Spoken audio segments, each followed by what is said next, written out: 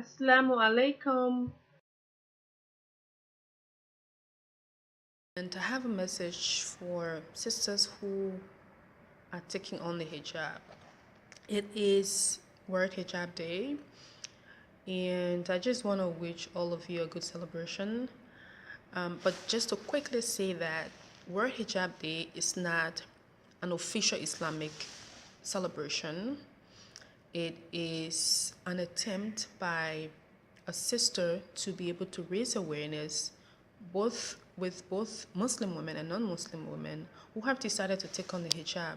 So this was an idea brought up in 2013 by Sister Nazma Khan, just to be able to encourage non-Muslim sisters to take on the hijab for a day and see the experiences, um, Muslim women go through every day because they've made the choice to wear the hijab, to cover up. So that's what's happening. That's why today is celebrated, because many people think that, oh, what's going on? Why all of a sudden everybody just covering their heads? But that's why, right? It's a good thing though. It look beautiful.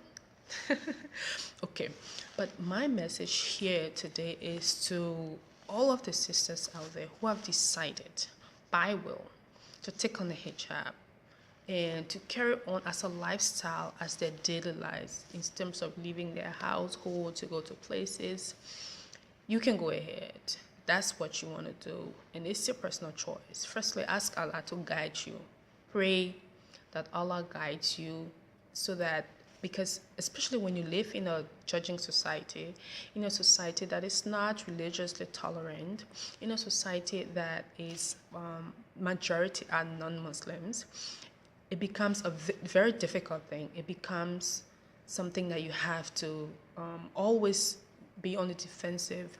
And sometimes people, because it's a non-Muslim society, people think that, oh, these Muslims or these foreigners are coming to take on their country. So in fact, you hear comment like, go back to your country, go back to where you're coming from, and stuff like that. But there are people, for example, like Liberians. I'm a Liberian, and Liberia is a majority are non-Muslims. And we've had situations where people question your citizenship. People question whether or not you're Liberian and why all of a sudden you're wearing hijab or you're bringing this whole concept of Islamic phobia. So this is an opportunity for Muslims to be able to raise their awareness on what Islam is all about, especially looking at the role of women in Islam. But my message today is not all of the political concept and all of that, because I know I can get passionate about those ones when we go there. But actually, my message is more to the sisters who have decided to take on the hijab, to wear the hijab, especially in a non-Muslim society and for religious purpose, because they want to commit themselves to working on their faith and committing to God, or because they want to do it.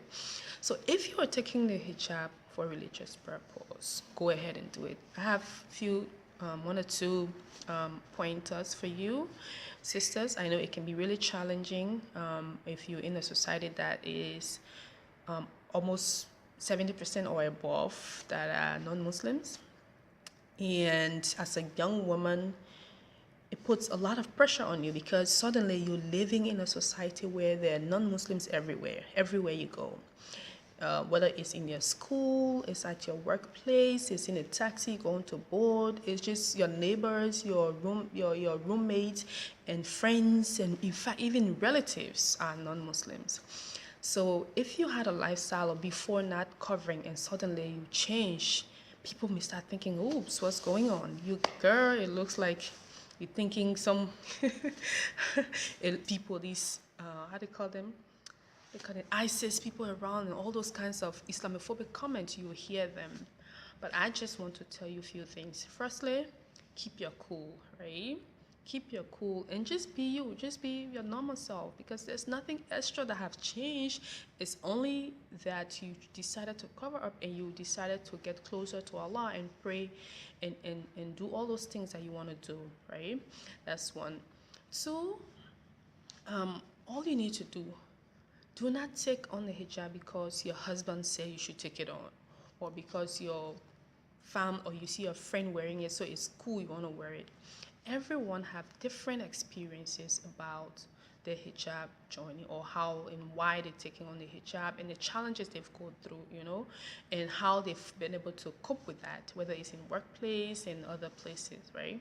So if you've decided, because it's going to be on your head, and if it was a friend who told you you're not going to be with that friend 24/7, right? It's going to be you. And you are going to be walking down Broad Street, wherever you are, right?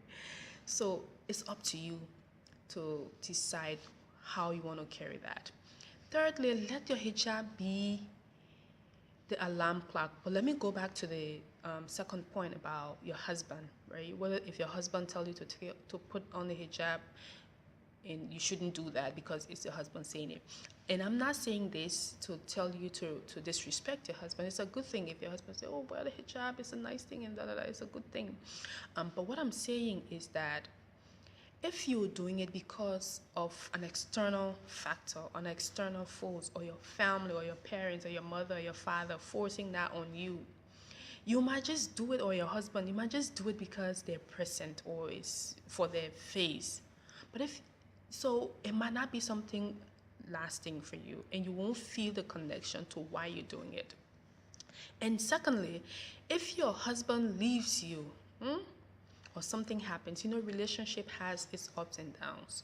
If your husband leaves you, or if there's a problem and all of a sudden your husband is no more around, or God forbid, God calls your husband, what would you do? Take it off and say, oh, I'm so mad, or my husband is not good, so I'm taking it off. You told me to wear hijab, now I'm taking it off, and all of those things. So I'm only saying that even if someone suggested it to you, right, but it has to be your decision. You have to pray on it. You have to pray to Allah to guide you, to be with you in your journey, because people can be very judging. Sometimes people can a lot of things can happen to people who have different experiences. So one, let it be your own decision you're doing it for. It's a good thing. And my third point I was coming to is as an alarm clock, right? Let your hijab be an alarm clock. Let it be a reminder that you have to do your 5 daily salah, and plan your day around your salah, around the 5 daily times. Think about leaving your household. Okay, sorry about that break. I'm in one of my classrooms, and all of a sudden, because these lights got motion. Yes.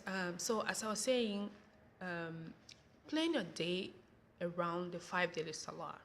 Think about where you're going to be at Zuhur, or at 2 o'clock prayer, or some places it's not 2, but mostly in Liberia, Zuhur, Ashri, Maghrib, Isha, because of course Fajr you're gonna be home, hopefully, even if you're not home, but it's gonna be early, so you won't be in the street all that time. So just plan your day around your salah, where you're gonna be, and they have all these portable mats, and you can get them and put them in your purse, that wherever you're going, you have it with you. So wherever salah meets you, you can find a quiet area, you can go and pray, or you go to the masjid if there's a closer masjid there, or even if you're in your office, you can find a quieter room, or just let people know you have to pray, or you don't even have to just be discreet about it and go and do your prayer and come back. It just take 5 minutes or even less. I'm not saying you should go and pray but you know what I'm saying now. It's not going to be long. Yes, play a day around your salah. And then the other part now is, like in Liberia, right? They sell the water, right? Make sure you take wudu before you go out of your house. Make sure you take ablution, right? So that wherever you are, you prepare to pray. Things can happen while you're in the street. Then you can ask a neighbor. I'm sure most places you go, there will be Muslims around there. You ask neighbors to show you where the toilet is, if you have to take ablution and all of those. You finish, come and pray your salah. Read the Quran. Like I said, all those things that makes you think about why you take on the hijab, practice them. It's going to be hard. Shaitan is everywhere. It's busy. And the closer you're trying to get to your religion, the closer you're trying to strengthen your iman, that's the time Shaitan can be active to distract you. And every little thing you want to be distracted. Every little thing, Shaitan is everywhere. So do not give Shaitan that power over you. Fast as much as you can. fast if you want to, like this. And get the other thing that I know have worked.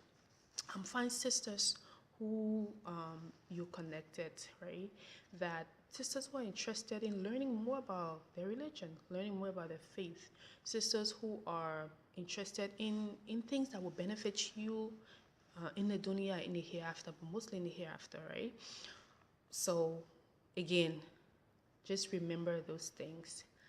One is let the hijab be your choice and not someone telling you to do it. Even if someone suggests that to you, but read about it, study about it, choose, make it your decision, because at the end of the day, it's going to be you who is going to be wearing it, yeah? And if you're a sister who is struggling back and forth, you don't know if you want to wear it, some days you wear it, some days you take it out, it's okay, right? It's okay. You're not a bad person. It's okay. It takes time, right? It takes time. You are just fine. But think about it, remove, and decide how you want to do it. Yeah? Okay. And to the sisters who are covering, if you know you're covering today, or you because you're covering, you think you're the pious, or yes, you're going to heaven, babe. Like I said, try to let the hijab be the alarm clock, right? And pray, be sincere in your doing. And then do not judge sisters who are not wearing the hijab. Do not judge sisters who haven't worn a hijab. Everybody have the different struggle. They are different levels, yeah? So just live your life, be cool, encourage sisters if you can, but do not judge. Probably that sister who not wearing a hijab now will be sitting like closer, on like in heaven and be but yeah, that's it. So please, and then my final of the finals is again, those of us who like to design a hijab, you wear 3, 4, 5 hijabs on your one hair, just so it can look so beautiful. Please, sister, it's good. You can do that if you want to play all-star. I'm not saying you should not do that. But if the hijab, you put it on your head, it's making it difficult for you to perform your salah, think about it. You don't have to put 4, 5 hijabs on your head or one headscarf and do it all designs. One single, simple, nice, beautiful one is fine. And make sure it's tied in a way that when it's zuhr, if you have to take wudu, you don't have to struggle. My style is going to do it. And then you makeup. We'll talk makeups later on, but for now, enjoy your celebration and have a wonderful, wonderful February 1st. And to all sisters across the world, let's do it. It's doable, inshallah. Everyone is on different journey. Find your voice, pick your voice, and stick with it. Bye-bye. Assalamu alaikum. Give thanks to Allah for the moon and the stars. Praise Him all day for